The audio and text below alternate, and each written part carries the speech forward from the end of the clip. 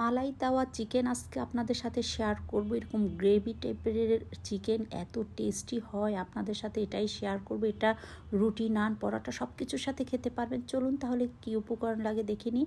টক দই দিয়ে দিলাম প্রায় আমি 2 টেবিল চামচের মতন। তারপরে এখানে আমি ডানো ক্রিম দিয়ে দিলাম, ফ্রেশ ক্রিম। এখান থেকে আমি দিয়ে দিব প্রায় 1.5 টেবিল চামচের মতন।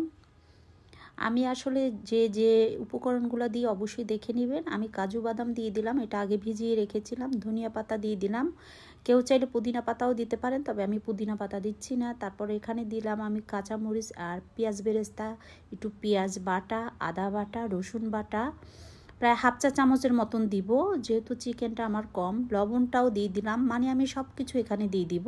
তারপর চিনি দিয়ে দিলাম 1 টেবিল চামচ। তারপরে গরম মশলা দিয়ে দিলাম 1 টেবিল চামচ। তারপরে কালো গোলমরিচের গুঁড়া দিয়ে দিলাম আর লেবু দিয়ে দিলাম 1 স্লাইস। দিয়ে এখন ভালো করে ব্লেন্ড করে নিব। আর মুরগির পিসগুলোকে আমি এভাবে কেটে নিয়েছি, আমি সব লেগ পিস নিয়েছি। চাইলে আপনারা যে কোনো অংশ নিতে পারেন মুরগির, কোনো সমস্যা নেই। এখন ভালো করে মাখিয়ে রাখবো। আর এটা অবশ্যই মেখে কিন্তু 1 থেকে 2 ঘন্টা রাখতে হবে। তারপরে এদিকে আমি প্যানের মধ্যে আমি বাটার দিয়ে দিলাম, আর সেই 2 ঘন্টা পরে কিন্তু আমি ফিরে আসলাম। এই যে দেখেন, ওই যে বাটার মেল্ট হতে দিয়েছি, ওখানে আমি এখন দিয়ে দিব একে একে সবগুলো লেগ পিস দিয়ে দিব। আপনারা মুরগির যে কোনো অংশ নিতে পারেন, প্রত্যেকটা পিসই করতে পারবেন। তবে আমার কাছে অনেকগুলো লেগ পিস হয়ে গেছে, চিন্তা করে আপনাদের সাথে এই রেসিপিটা শেয়ার করি। তারপরে কিন্তু চুলার আঁচটা মিডিয়াম লো আছে রেখেই কিন্তু এরকম একটু পোড়া পোড়া করে নেবেন, তার মানে একটু যেন নিচে দিয়ে লেগে যায় সেরকম করতে হবে। তারপর ভালো করে অনেকক্ষণ এটা রান্না করার পর কিন্তু আমি উল্টিয়ে পাল্টিয়ে একদম এরকম ভাজা ভাজা করে ফেলবো। তারপরে কিন্তু আমি পিসগুলো এখান থেকে একে একে করে তুলে নিব। তবে এদিকে খেয়াল রাখতে হবে, অবশ্যই ভালো করে চিকেনটাকে ভালো করে ভেজে নিতে হবে। তারপরে সেই মশলার মধ্যে কিন্তু আমি দিয়ে দিলাম একটু পেঁয়াজ আর টমেটো বড় করে গোল গোল করে কেটে। তারপর মশলাটা উঠিয়ে ফেললাম টমেটোগুলো। তারপরে আমি আরও একটু বাটার দিয়ে দিলাম, তার মানে একটা বাটারের অর্ধেকটা পুরোটাই লেগেছে।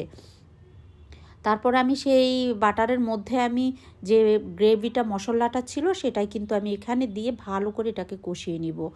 এখানে আমি 1/2 কাপ পানির সাথে 3 টেবিল চামচ গুঁড়া দুধ দিয়েছি। এখন আমি এই মশলাটা ভাজা হওয়ার পরে কিন্তু দিয়ে দিব।